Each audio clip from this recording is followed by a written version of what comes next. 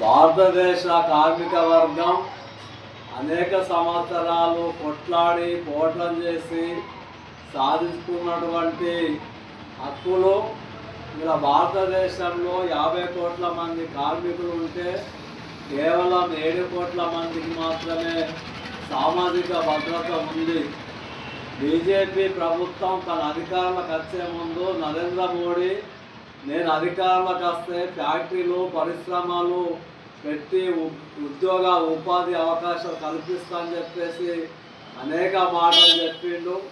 ఎన్నికలైన తర్వాత ఆదాని అంబానీ జిందాల్ లేదా విదేశీ కార్పొరేట్ శక్తులకు లాభమయ్యే విధంగా భారతదేశంలో ఉన్నటువంటి 29 కార్మిక చట్టాలను 4 లేబర్ కోడ్లుగా మార్చి 2026 ఏప్రిల్ 1 నుంచి అమలు చేయబోతున్నారు.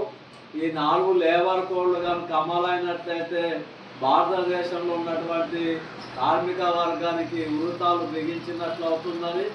దీన్ని వ్యతిరేకిస్తూ 4 లేబర్ కోడ్లను రద్దు చేయాలని చెప్పేసి ఐఎఫ్టీతో పాటు జాతీయ స్థాయిలో అనేక సంఘాలు సుమారు 5 సంవత్సరాల నుంచి పోరాటం చేస్తున్న చౌటివాని ముందు శంఖం ఊదినట్లే ఉంది. కాబట్టి అమలు చేయబోతున్న లేబర్ కోడ్లను తక్షణమే రద్దు చేయాలని చెప్పేసి ఐఎఫ్టీతో పాటు ఇతర కార్మిక సంఘాలు ఫిబ్రవరి 12వ తేదీన దేశవ్యాప్త సార్వత్రిక సమ్మెను పిలుపునిచ్చినాయి.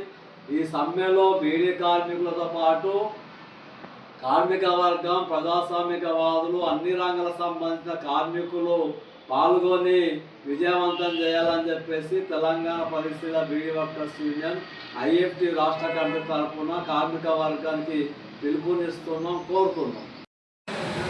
కేంద్ర కార్మిక సంఘాల పిలుపు మేరకు ఫిబ్రవరి 12వ తారీఖు నాడు 2026 నాడు దేశవ్యాప్త సమ్మె పిలుపునివ్వడం జరిగింది.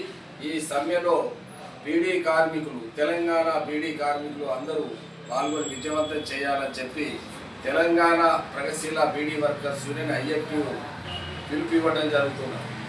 కేంద్ర ప్రభుత్వము 4 లేబర్ కోడ్లు తీసుకొచ్చి కార్మికులకు నష్టదాయకంగా కొనసాగుతున్నది. ఇది అమలు చేస్తే కార్మికులకు గతంలో ఉన్న హక్కులన్నీ కూడా రద్దయ్యే అవకాశాలు ఉన్నాయి. కాబట్టి ఇవాళ కార్మికుల్ని బానిసంగా చేయడానికి కేంద్ర ప్రభుత్వం కోరుకుంటున్నది. కాబట్టి 4 లేబర్ కోడ్లు కార్మిక వ్యతిరేకమైనవి, వాటి రద్దుకై ఈ సమ్మెని విజయవంతం చేయాలి. అందరూ బీడీ కార్మికులందరూ కూడా పాల్గొని విజయవంతం చేయాలని చెప్పి తెలంగాణ ప్రగతిశీల బీడీ వర్కర్స్ ఐఎఫ్టీ పిలుపు ఇవ్వడం జరుగుతుంది.